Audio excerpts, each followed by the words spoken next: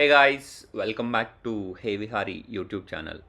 ఈరోజు మనకి గోవాలో డే 1. నిన్న మొత్తం జర్నీ సరిపోయింది. నైట్ వచ్చేటప్పటికి 12-1 అలా అయింది. పడుకుని ఎర్లీ మార్నింగ్ లెగ్సి డే 1 ఏమేమి ఎక్స్ప్లోర్ చేద్దామని ఒక ఐటనరీ ప్లాన్ చేసుకుని ఈ వీడియోలో అయితే ప్లాన్ మొత్తం ఏమైతే మేము ఎక్స్ప్లోర్ చేసామో అదంతా ఈ వీడియోలో చూపిస్తాను. అండ్ ఇక్కడ ఉన్న గోవాలో ఎన్ని డేస్ ఉంటే అన్ని డేస్ ఎవ్రీడే ఒక వీడియో కింద అప్లోడ్ అయితే చేస్తాను. అంటే like day wise videos upload చేస్తాను. డే 1, డే 2, డే 3, డే 4 అట్లా. సో ఎన్ని డేస్ ఉంటామో మాకైతే ప్రజెంట్ అయితే ప్లాన్ లేదు. బట్ ఉన్నన్ని రోజులు మాత్రం ఎవ్రీడే ఒక వీడియో లాగా అప్లోడ్ చేస్తుంటా. గోవాని ఎందుకు అందరూ అంత ఇష్టపడతారంటే, చాలామందికి బీచెస్ అంటే ఇష్టం. ఆ బీచెస్ అన్నీ గోవాలో ఉంటాయి. కొంతమందికి హిల్ స్టేషన్స్ అంటే ఇష్టం. గోవా నియర్ బై చాలా హిల్ స్టేషన్స్ ఉంటాయి. అలానే వాటర్ ఫాల్స్ అంటే కొంతమంది ఇష్టపడతారు. గోవా 50 కిలోమీటర్స్ రేడియస్లో చాలా వాటర్ ఫాల్స్ ఉంటాయి.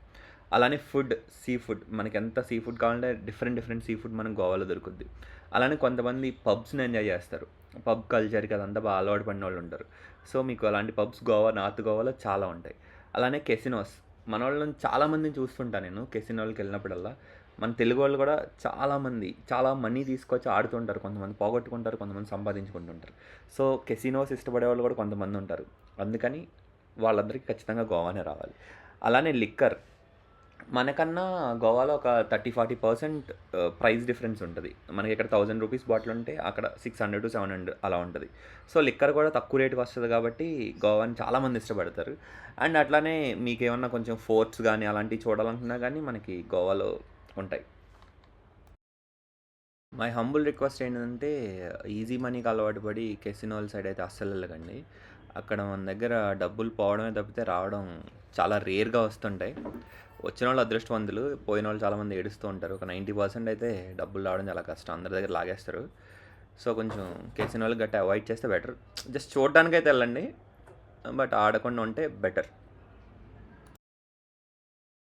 అండ్ అలానే నెగిటివ్ సైడ్ ఆఫ్ గోవా కూడా ఉంది. నెగిటివ్ సైడ్ అంటే పెద్దగా ఏం లేదు. మనం బాగా ఎక్కువ తాగేసి హైలో ఉండి ఎవరిని అన్న కెలికితే గొడవలు అవుతాయి. అలానే కొంతమంది వాంటెడ్గా వచ్చి మీకు అమ్మాయిలు కావాలా, అమ్మాయిలతో మసాజులు చేస్తాం, ఫారినర్స్ కావాలా, రష్యన్స్ కావాలా, అది ఇది అన్నప్పుడు అన్నీ మూసుకుని టెంప్టేషన్స్ తగ్గించుకొని మనం వచ్చిన పని జస్ట్ గోవాని ఎక్స్ప్లోర్ చేయడానికి అన్నట్టు చూసి వచ్చేస్తే ఎవరికి ఏ ఇబ్బంది ఉండదు. సో ఎవరు మనల్ని ఇబ్బంది కూడా పెట్టరు. సో మనం ఎలాంటి ప్లేసెస్కి వెళ్తున్నాం అనేది కూడా ఒక పాయింట్ ఉంటుంది.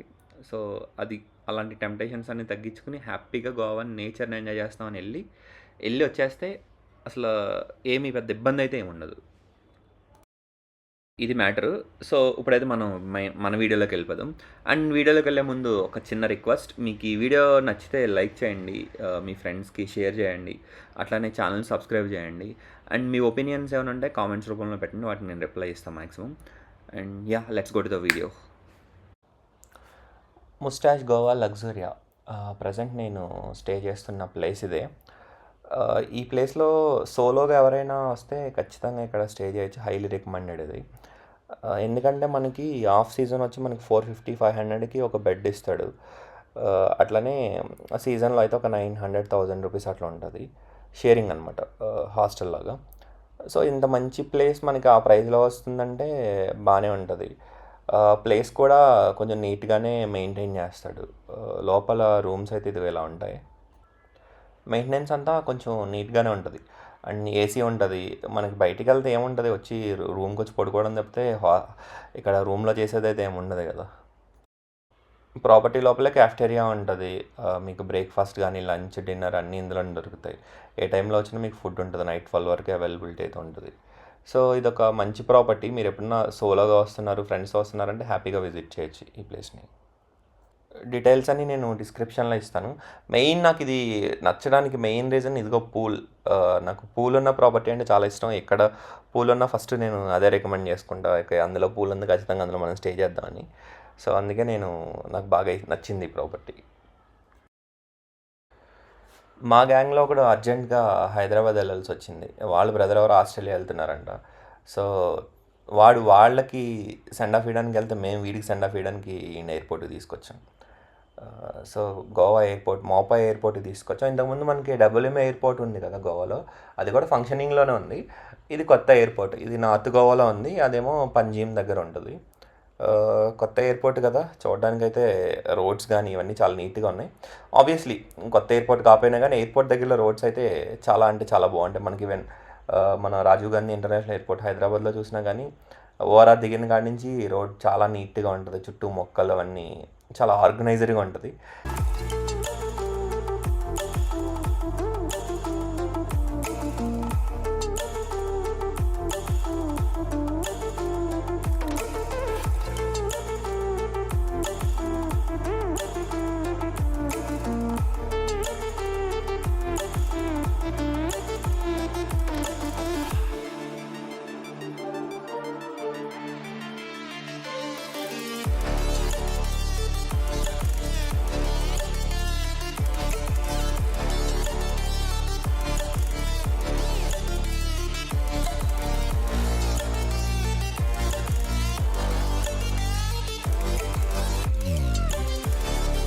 వాడిని అలా ఎయిర్పోర్ట్‌లో దింపేసి రిటర్న్ వస్తుంటే ఎక్కడికెళ్దాం అని ఆలోచించి మెల్లగా అరంబోల్ బీచ్‌కెళ్దాం అని అయితే డిసైడ్ అయ్యి బయలుదేరిన కొంతసేపటికే వర్షం అయితే గట్టిగా స్టార్ట్ అయింది.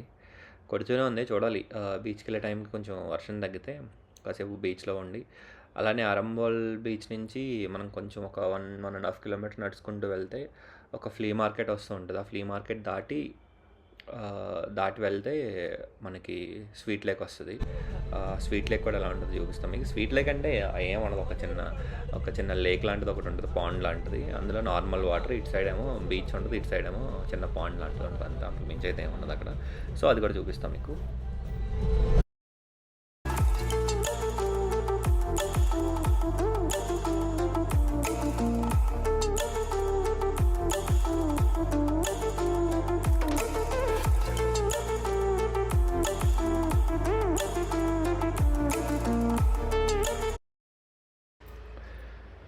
మొత్తానికి అరంబోల్ బీచ్ వచ్చేటప్పటికి వర్షం అయితే లేదు లక్కీగా. అరంబోల్ బీచ్ ఇప్పుడు ఎంటర్ అవ్వబోతున్నాం. ఎంట్రీ అయితే చాలా దరిద్రంగానే ఉంటుంది, బట్ బీచ్ మాత్రం బాగుంటుంది. మెయిన్గా ఈ అరంబోల్ బీచ్ గురించి చెప్పుకుంటే మనకి ఇక్కడ ఫారినర్స్ బాగా ఎక్కువ మంది వస్తుంటారు. యాక్చువల్లీ ఫారినర్స్ అంతా సౌత్ గోవా వెళ్తారు కదా, బట్ నార్త్ గోవాలో ఎక్కువ విజిట్ చేసే ప్లేస్ వచ్చి అరంబోల్ బీచ్. అండ్ ఇక్కడ మనకి సన్సెట్ అయితే చాలా బాగుంటుంది ఈవినింగ్ టైం. అట్లానే ఫుడ్ అదంతా ఉంటుంది, హ్యాపీనింగ్ ఉంటుంది అంతా బీచ్ అంతా. అలానే మనకి ఇక్కడ మార్నింగ్ టైంలో యోగా క్లాసెస్ నేర్పుతారు, అట్లానే సర్ఫింగ్ నేర్పుతారు ఇక్కడే. అండ్ మనకి ఇక్కడ మనకు కనిపిస్తుంది కదా దూరంగా, అది దాటుకుని వెళ్తే స్వీట్ లేక్ ఉంటుంది. ఆ ఏరియాలో మనకి పారాగ్లైడింగ్ అది కూడా ఉంటుంది. టైం 3:30 అయింది. ఇంకెక్కడే లంచ్ చేసేసి ఆరంబల్ బీచ్లోనే ఇక్కడ నుంచి నడుచుకుంటూ స్వీట్ లేక్ వెళ్ళాలి. అది ఒక 1.5 కిలోమీటర్ అయితే ఉంటుంది. ఒక 20 మినిట్స్ అలా పడుతుంది. సో అక్కడ ఫుడ్ ఏం దొరకదు కాబట్టి ఇక్కడే ఫుడ్ తీసేసుకుని సన్సెట్ అక్కడ చూద్దామని డిసైడ్ అయ్యాం.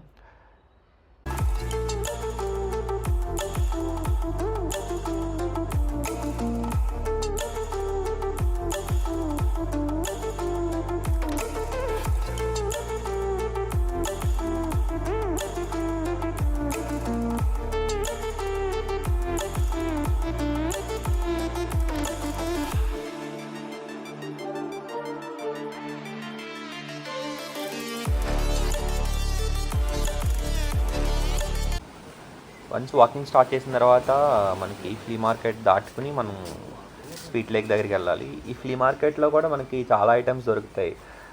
కొన్ని ఆర్ట్ రిలేటెడ్ కానీ, హ్యాండీక్రాఫ్టెడ్ జ్యువెలర్స్ కానీ, అండ్ బీచ్ వేర్స్ ఉంటాయి కదా కొన్ని షార్ట్స్ అలాంటివి, అండ్ శాండిల్స్ దొరుకుతాయి ఇక్కడే. అండ్ మ్యూజికల్ ఇన్స్ట్రుమెంట్స్ కూడా బాగుంటాయి. లైక్ బీచ్లో సరదాగా కూర్చొని ఎంజాయ్ చేయడానికి చిన్న ఇన్స్ట్రుమెంట్ ఏదో ఒకటి తీసుకుని. అండ్ అమ్మాయిలకి చాలా క్లాత్స్ ఉంటాయి ఇక్కడ, లైక్ హ్యాండ్ బ్యాగ్స్ అవి ఉంటాయి. చాలా ఐటమ్స్ అయితే దొరుకుతాయి ఇక్కడ. షాపింగ్ ఇష్టం ఉన్న వాళ్ళకి హోమ్ డెకరేటివ్స్ చాలా చాలా ఐటమ్స్ అయితే దొరుకుతాయి, కొనుక్కోవచ్చు. కొంచెం తక్కువ రేట్లోనే ఉంటాయి, చీప్గానే దొరుకుతాయి అన్నీ. ఇదొక హిడెన్ బీచ్ లాంటిది. సీరియస్లీ చాలా అంటే చాలా బ్యూటిఫుల్ ఉంటుంది. అండ్ రీచ్ అవ్వడానికి ఒక 2 కిలోమీటర్స్ వాక్ చేయాలి కాబట్టి చాలా తక్కువ మంది వస్తారు. ఎక్కువ మంది అయితే ఏం రారు ఇక్కడికి. ఇక్కడికి రీచ్ అయ్యేవాళ్ళు చాలా రేర్గా ఉంటుంది, చాలా తక్కువ మంది ఉంటారు. సో చాలా ప్లెజెంట్ ఉంటుంది. ఇప్పుడు కొంచెం క్రౌడ్ ఉన్నారు కానీ ఎర్లీ మార్నింగ్ టైంలో అయితే చాలా అంటే చాలా బాగుంటుంది. అండ్ చెప్పాను కదా పారాగ్లైడింగ్ కూడా ఉంటుంది, ఎందుకు పైన పారాగ్లైడింగ్ చేస్తున్నారు.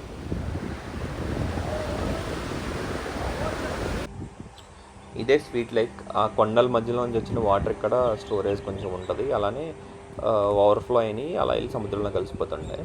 ఇక్కడ డెప్త్ కూడా ఇది పెద్ద ఎక్కువ డెప్తే ఉండదు, ఒక 5 feet ఉంటుంది అంతే మనం దిగినా కానీ. అండ్ ఈ లేక్ గట్టు మీద మనకి మడ్ బాత్ కూడా ఉంటుంది. 500 అంతా తీసుకుంటాడు. మొత్తం ఒంటి నిండా మట్టి రాసి ఒక అదే గట్టు మీద ఒక పావు గంట అరగంట కూర్చొని తర్వాత వెళ్ళి స్వీట్ లేక్లో స్నానం చేసేస్తారు అంతే. అండ్ ఇక్కడ స్టే చేయడానికి కూడా హట్స్ లాంటివి ఉన్నాయి చూసారు ఇక్కడ. సో ఇక్కడ స్టేయింగ్ కూడా ఆప్షన్ ఉంది. ఫైనల్లీ సన్సెట్ టైం అయితే అయింది. కాసేపు ఇదే బీచ్లో సన్సెట్ని ఎంజాయ్ చేసి ఒక 1/2 hour అలా ఉండి బయలుదేరుతాం ఇక్కడి నుంచి.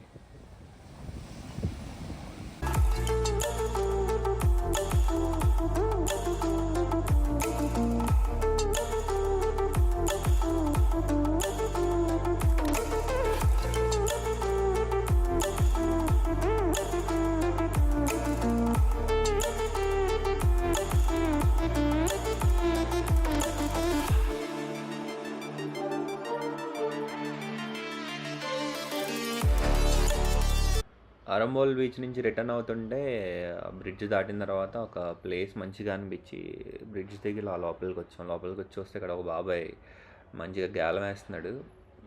సర్లే ఏమో చేపలు పడతాయేమో చూద్దాంలే అని కాసేపు అక్కడ ఆగాం. బాబాయ్ చాలాసేపటి నుంచి లాగుతున్నాడు కానీ ఏం వర్కౌట్ అయ్యేలేదు. చూస్తున్నాడు పాపం, వెయిట్ చేస్తున్నాడు అలా. సో అలా లోకల్ పీపుల్తో మాట్లాడుతుంటే మనోడు ఇక్కడ చేపలు పట్టడానికి వచ్చాడు. ఈ చికెన్ వేస్ట్ అదంతా ఉంటుంది కదా, వాటితో పడతారండి ఇక్కడ చేపలు. సో మనోడితో మాట్లాడుతుంటే నాకు ఒకటి అర్థమైంది. అడిగాను, బ్రో మీకు ఇక్కడ ఏ చేపలు పడతాయి, రవ్వ బొచ్చ ఇలాంటివి ఏమైనా పడతాయి, కొరమేని ఇవన్నీ అడిగితే ఎక్కువగా వీళ్ళకి పడేవి క్యాట్ ఫిష్ ఎక్కువ పడద్దంట. నేను అన్నా, అరే మీకు క్యాట్ ఫిష్ పడితే మరి వాటిని పాడేస్తారు కదా, మీకు యూజ్ ఉండదు కదా అంటే నా వైపు ఒక లుక్ ఇచ్చి క్యాట్ ఫిష్ ఎందుకు పాడేస్తాం, మేము హ్యాపీగా తింటామని చెప్పాడు. నాకు అప్పుడే అర్థమైంది క్యాట్ ఫిష్లు మనమే తినం, బయట వాళ్ళు తింటారనుకుంటాను. అలానే ఇదంతా డే అయిపోయిన తర్వాత మెల్లగా రిటర్న్ రూమ్కి వెళ్తుంటే మధ్యలో ఒక వైన్స్ కనిపించింది. నేను వైన్ షాప్ దగ్గర ఆగాం. ఇక్కడ డిఫరెంట్ బాటిల్స్ ఉన్నాయి, whisky, vodka and wine.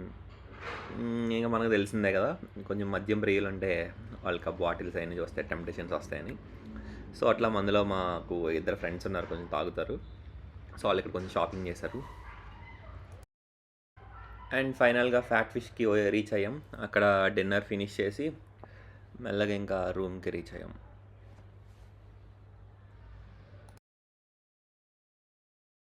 So అది గైస్, డే 1 వీడియో ఇక్కడితో ఎండ్ చేస్తున్నా. నెక్స్ట్ వీడియోలో డే 2లో మేమేమో ఎక్స్ప్లోర్ చేసామనేది డే 2 వీడియోలో చూపిస్తాం. ఐ హోప్ ఈ వీడియో మీకు నచ్చిందనే అనుకుంటున్నా. వీడియో నచ్చితే వీడియోని లైక్ చేయండి, షేర్ చేయండి, అట్లనే నా ఛానల్ని సబ్స్క్రైబ్ చేయండి. Thank you guys, thanks for watching, thank you so much, bye.